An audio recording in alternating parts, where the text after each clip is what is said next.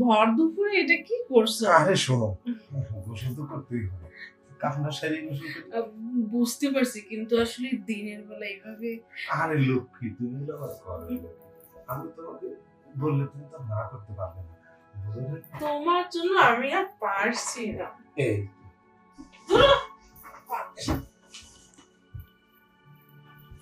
ওই জায়গায় শুয়েই থাকবা। কি করছো তুমি? কি করছি? কি করছো? কিটা করছো গো? যা পারছি তাই করছি। বাবারে বাবা, যা পারছে তাই করছে। এই দুপুরবেলা খাবার খেয়ে একটু চুপচাপ শুয়েছি, তোমার যন্ত্রণায় শুইতেও পারলাম না। আসলে যেখানে একটু ভালোভাবে কাজটা করবে তুমি তাও করতে পারলে না। তুমি কি মানুষ নাকি তাও কাজ? আমি বুঝতে পারি না। তোমার কি মনে হয় আমি মানুষ না?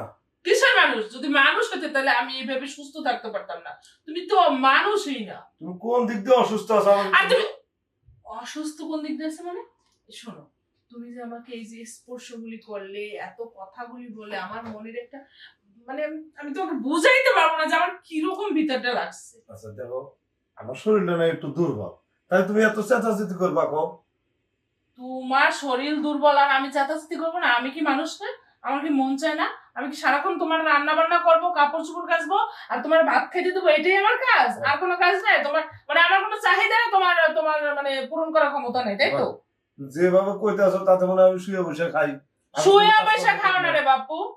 যদি স্বামী স্ত্রীর মিল মহব্বতে সেই জায়গাটা তুমি দখল করে না রাখতে পারো, তাহলে কেমন স্বামী তুমি বলো? কেমন স্বামী তুমি? আমি কি দখল করে রাখি না? কখনোই পারো না, তুমি কিচ্ছুই পারো না। তুমি কি ভাই, তোমার আমার দেখতে মন চায় না, তুমি আমার চোখের সামনেতে যাও তো, যাও। আমার বিরক্ত লাগতেছে। তুমি যদি না থাকতে তাও আমি সান্ত্বনা দিতে পারতাম আমার মনরে, কিন্তু তুমি থাইকে আমার দইরা শুইয়া কথা বইলা এমন এমন কথা বলো, মানে আমি একদম ফিদা, কিন্তু আসলে কাজের বেলা তো একবারে জিরো। তুমি এইভাবে আমার অপমান করে কথা কইতেছো। তুমি আমার চোখের সামনে দিকে যাও বাপু। আমার আমার ভালো লাগছে না, আমার ভালো, তোমার দেখলে আমার জ্বালা বাড়ে। যাও যাও, ঠিক আছে, আমি যাইতেছি। কথাটা মনে রাখ, যে বাবা অপমান করলা না, আমি এখন যাইতেছি। আমার বন্ধুর বাপের যে চিকিৎসা দেয়, ওর কাছে চিকিৎসা নেব। বন্ধুর বাপের কাছ থেকে চিকিৎসা নিয়ে আমি আইতাছি। এই পর্যন্ত যে কত বন্ধুর বাপ, কত বন্ধুর বোর কাছ থেকে চিকিৎসা আনলা, কি কি করছো? কিচ্ছুই করা পারো না। হুদাই আজকে যাইতাছি, আজকে আসার পরে দেখুনি সারা এবেলা তার আসুন না, আসলে রাইতে আসুন, একবার চিকিৎসা নিয়ে পরিপূর্ণ হয়ে আসুন, মাপ চাওয়া তারপরে ছাড়ো। দেখা যাবে না। পাও ধরো আজকে পাও। তুমি যাও তো, এদিকে যাও। যাইতাছি যত সব একবারে বুইড়া গেছে গায়ে, এখন পর্যন্ত কোনো কিচ্ছুই করতে পারে না। আমার ভালো লাগে না। একটু রেস্ট নেবো তাও নিতে পারলাম না, আর এখন জ্বালা বাড়াই উনি আবার চলে যাচ্ছে ওখানে। অসহ্য, অকর্মার দেখে কোনো কাজেরই নেই। অকাজ। আল্লাহ কোন বালিশ কো।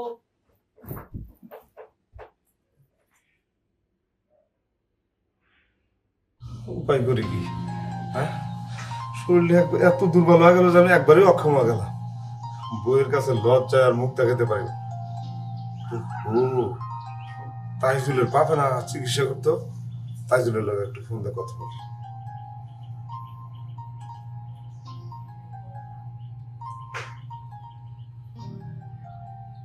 তাইজুল, শোন আমি কি কই, তোর আব্বা যে চিকিৎসা করতো, এখন আমার তো চিকিৎসা করা লাগবে। আমার অবস্থা একবারই তোলা, আর ও কথা কোষ না। বইয়ের কাছে একবারে আমি মুখ দেখাতে পারতেছি না।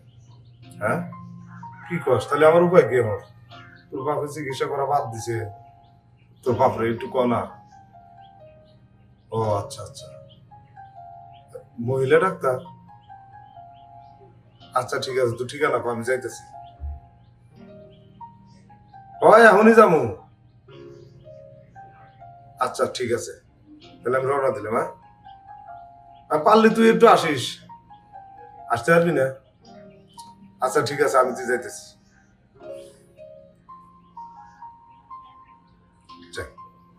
যে ডাক্তারের ঠিকানা দিল, মহিলা ডাক্তার,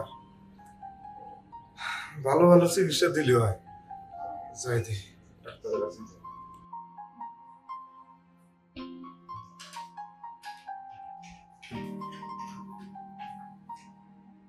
ম্যাডাম, জি, একজন রোগী আসছে। রোগী? হ্যাঁ। ও, রোগীর ছেলে না মেয়ে? ছেলেও না মেয়েও না, ছেলেও না মেয়েও না মানে? মানে বুড়া মানুষ বেটা। ও আচ্ছা। আর আপনাকে না আমি বলে দিছি যে কখনো আমারও চেম্বারে যদি কোনো রোগী আসে, সে যদি ছেলে হয় তাহলে তাকে আগে এলাও করবেন।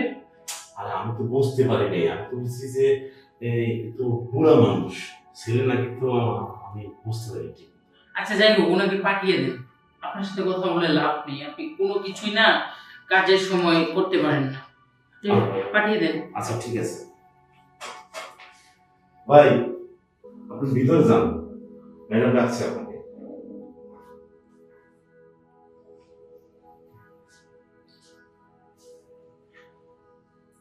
ম্যাডাম, আপনি আপনি কি রোগী? হ্যাঁ আমি তো রোগী। ও, এইমাত্র যে আমার অ্যাসিস্ট্যান্ট পাঠালো। হ্যাঁ আচ্ছা আচ্ছা, বসেন বসেন। আচ্ছা, উনি তো বললো ছেলেও না মেয়েও না, আপনি তো বুড়োও না। যাই হোক, রোগী কি আপনি?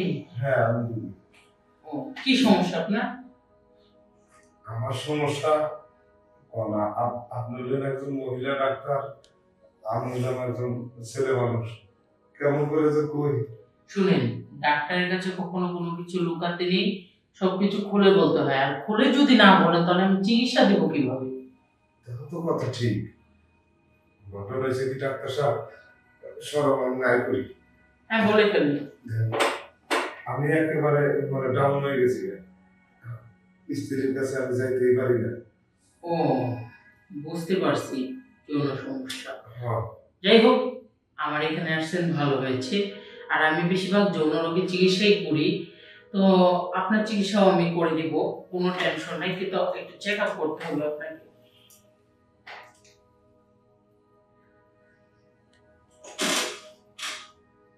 জোরে জোরে শ্বাস নিন। হার্ট তো অনেক দুর্বল। আচ্ছা, যদি কিছু মনে না করেন, আমি একটু ওই জায়গায় চেক আপ করতে পারি? চেক আপ করেন, সমস্যা কি। আচ্ছা ঠিক আছে। কি ব্যাপার, খুঁজে পাচ্ছি না তো। কি নিচে কি আরো কিছু করা আছে? না না, তো লুঙ্গি ছাড়া যদি কিছু করা না থাকে তাহলে খুঁজে পাচ্ছি না।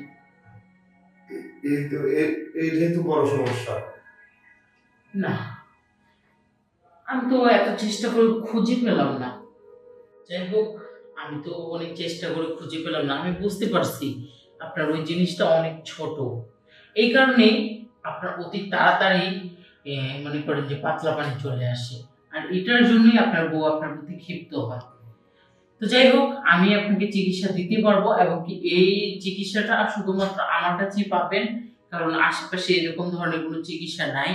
তো এক কাজ করেন, আমি একটা কথা বলি, যেটা হলো কি, আমি তো এইভাবে আসলে যেহেতু খুঁজেই পাচ্ছি না, এখন আপনি কতটুকু কি পারেন সেটাও তো বুঝতে পারতেছি না। তাহলে একটা কাজ করি, প্র্যাকটিক্যালি চলেন, আমি একটু সব কিছু দেখে শুনে ভালো ওষুধ দেবো যেটা আপনার কাজে লাগবে। হ্যাঁ, এমন ওষুধ দিবেন যেন আমি একবারে মুভাবীর পুরুষের মতো কাজ করতে পারি। আচ্ছা, কোনো সমস্যা নেই। তো যাই হোক, আমি আপনাকে প্র্যাকটিক্যালি চিকিৎসা দিচ্ছি। এক কাজ করেন, আপনি এই জায়গায় শুয়ে পড়েন। এখানে হ্যাঁ, এখানে বেশিক্ষণ সময় লাগবে না, কারণ আপনার যে অবস্থা, সময় খুব অল্প। হ্যাঁ, এখানে এখানে শুয়ে পড়েন। হুম, শুয়ে পড়েন। আচ্ছা, আজকে আপনার প্র্যাকটিক্যালি আমি দেখে তারপরে চিকিৎসা দিব।